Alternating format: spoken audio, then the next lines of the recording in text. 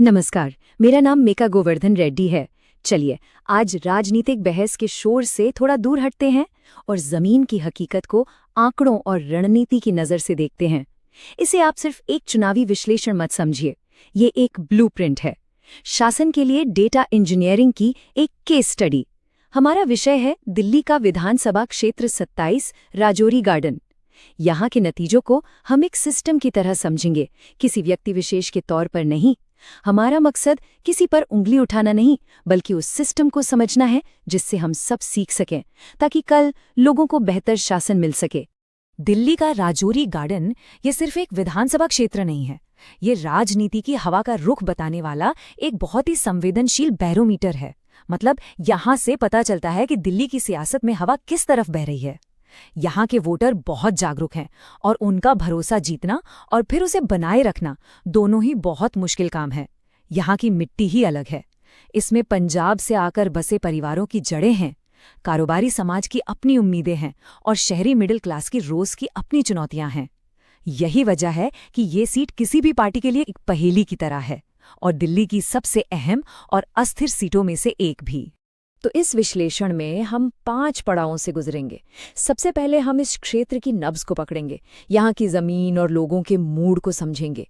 फिर हम देखेंगे कि आंकड़े क्या कहानी कह रहे हैं।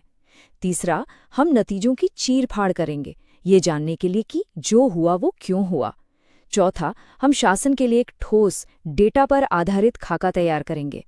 और आखिर में हम राजनीति से आगे बढ़कर शासन के असली मकसद पर बात करेंगे। तो चलिए शुरू करते हैं पहले हिस्से से। देखिए, कोई भी रणनीति बनाने से पहले उस जमीन को समझना बहुत जरूरी होता है जहां उसे लागू करना है। हर चुनाव क्षेत्र, आप कह सकते हैं, एक जीते जागते इंसान जैसा होता है।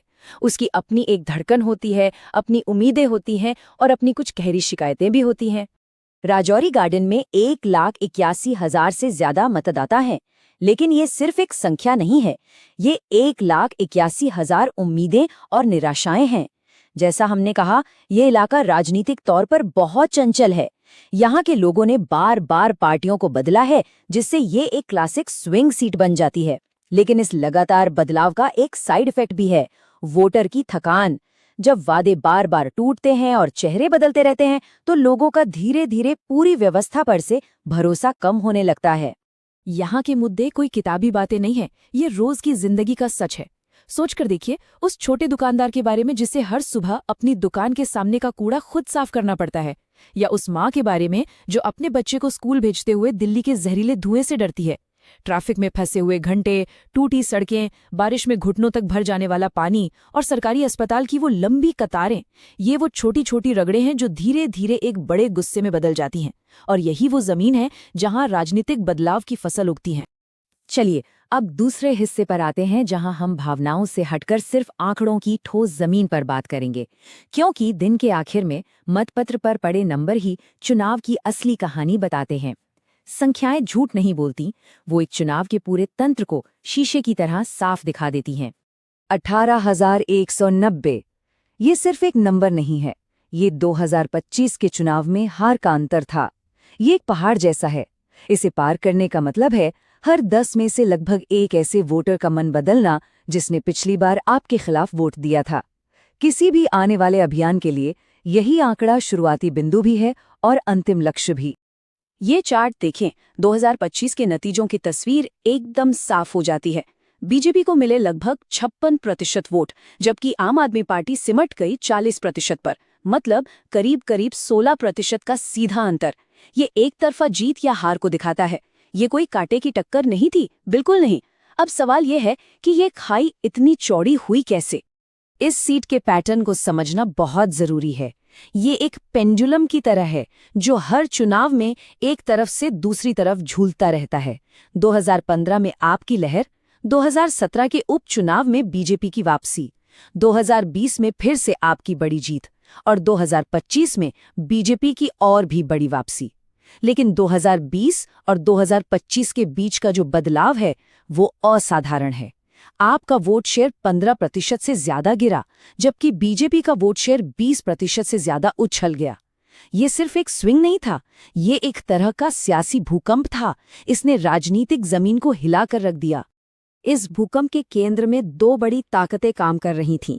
पहली, 10 साल के शासन के बाद की सत्ता विरोधी लहर, जिसे हम एंटी इनकम्बेंसी कहते हैं। जब लोगों की उम्मीदें पूरी नहीं होते तो थकान निराशा में बदल जाती है। और दूसरी, भ्रष्टाचार के आरोपों ने आम आदमी पार्टी की सबसे बड़ी पूंजी, उसकी ईमानदार वाली छवि को बहुत गहरा नुकसान पहुंचाया। जब आपकी बुनियाद, आपकी सबसे बड़ी पहचान ही सवालों में घिर जाए तो फिर इमारत कैसे टिकेगी? अब हम विश्लेषण के तीसरे और सबसे गहरे हिस्से में उतर रहे हैं। यहाँ हम क्या हुआ से आगे बढ़कर क्यों हुआ की पड़ताल करेंगे। हम किसी व्यक्ति पर उंगली नहीं उठाएंगे, बल्कि उस पूरे राजनीतिक मशीन को, उस तंत्र को समझेंगे जिसकी वजह से ये नतीजा आया। क्योंकि सिस्टम को समझने से ही समाधान का रास्ता निकलता है। किसी भी चुनावी अभियान की सेहत को जांचने के लिए हम एक फ्रेमवर्क का इस्तेमाल करते हैं। इसे हम कहते हैं चतुर्मुख सिद्धांत। इसके 4 चेहरे हैं: चुनावी ताकत, संगठनात्मक ढांचा, नैरेटिव यानी आपकी कहानी, और संसाधन। एक कामयाब अभियान के लिए इन चारों चेहरों का मजबूत होना बहुत जरूरी है। तो आइए देखते हैं कि इन 4 पैमानों पर अभियान का प्रदर्शन आखिर कैसा रहा। सबसे पहले और सबसे जरूरी, नैरेटिव का चेहरा। ये अभियान का सबसे कमजोर चेहरा था। जिस भ्रष्टाचार विरोधी आंदोलन से पार्टी ने जन्म लिया था, अब उसी की कहानी सवालों के घेरे में थी। आपकी जो मूल कहानी थी वो कमजोर पड़ चुकी थी। वहीं दूसरी तरफ विपक्ष का डबल इंजन सरकार का नैरेटिव, मतलब केंद्र और राज्य में एक ही पार्टी की सरकार से विकास की गारंटी, वो लोगों के बीच अपनी जगह बना चुका था। राजनीति में जिसके पास बेहतर कहानी होती है, जीत अक्सर उसी की होती है। बाकी 3 चेहरों का प्रदर्शन मिला जुला था, मतलब कि मीडियम। चुनावी चेहरे की बात करें तो कोर वोटर तो साथ था, पर वो स्विंग वोटर जो असल में जीत हार का फैसला करता है, वो हाथ से निकल गया। संगठनात्मक ताकत भी मध्यम थी। जमीनी कार्यकर्ता तो एक्टिव थे, लेकिन ऊपर के लेवल पर तालमेल और दिशा की कमी साफ दिख रही थी। और जहां तक संसाधनों की बात है, ब्रांड की पहचान और पुरानी गुडविल एक एसेट थी, लेकिन नए सिरे से अभियान चलाने के लिए फंडिंग सीमित थी। इस स्लाइड में हम अभियान की आंतरिक ताकतों और बाहरी खतरों का एक तरह का बैलेंस शीट देख रहे हैं। एक तरफ वॉलंटियर जुटाने और डिजिटल प्रचार जैसी कुछ अच्छी क्षमताएं थीं, लेकिन दूसरी तरफ सत्ता विरोधी लहर का तूफान, बीजेपी का मजबूत राष्ट्रीय नैरेटिव, महंगाई का दबाव और कानूनी जांच जैसे बड़े बाहरी खतरे थे। हुआ ये कि ये बाहरी दबाव आंतरिक ताकतों पर बहुत ज्यादा भारी पड़ गए। ये कुछ ऐसा था जैसे कोई छोटी नाव एक बड़े तूफान में फंस गई हो। और यहीं पर हमें एक बुनियादी उसूल याद रखना चाहिए। लोकतंत्र में सार्वजनिक मंच पर बोलना सिर्फ एक अधिकार नहीं, एक बहुत बड़ी जिम्मेवारी है। एक नेता की कही हर बात तथ्यों पर आधारित होनी चाहिए ताकि उसकी जांच की जा सके। ये एक सूचित वोटर के सम्मान को बनाए रखता है और संवाद की गरिमा को भी। जब कहानी तथ्यों से दूर हो जाती है तो जनता का भरोसा टूटना शुरू हो जाता है। तो इन आंतरिक कमजोरियों और बाहरी दबावों के इस मुश्किल चक्रव्यूह को देखते हुए सवाल ये उठता है कि यहाँ से आगे का रास्ता क्या है? क्या वापसी मुमकिन है? अब हम समस्या के विश्लेषण से आगे बढ़कर समाधान की दिशा में चलेंगे। ये हमारे विश्लेषण का सबसे अहम और एक्शन ओरिएंटेड हिस्सा है। ये सिर्फ सलाह नहीं है, बल्कि आंकड़ों पर आधारित वापसी का एक साफ सुथरा रोडमैप है। एक ऐसा ब्लूप्रिंट जो सिर्फ अगला चुनाव जीतने के लिए नहीं, बल्कि लंबे समय के लिए लोगों का भरोसा जीतने की नींव रख सकता है। देखिए, वापसी की रणनीति के लिए एक अनुशासित और स्टेप बाय स्टेप अप्रोच की जरूरत होती है। ये कोई स्प्रिंट नहीं, एक मैराथन है जिसे टुकड़ों में दौड़ा जाता है। चुनाव से 90 दिन पहले वोटरों पर गहरी रिसर्च और अपनी कहानी को फिर से गढ़ने से शुरुआत करनी होगी।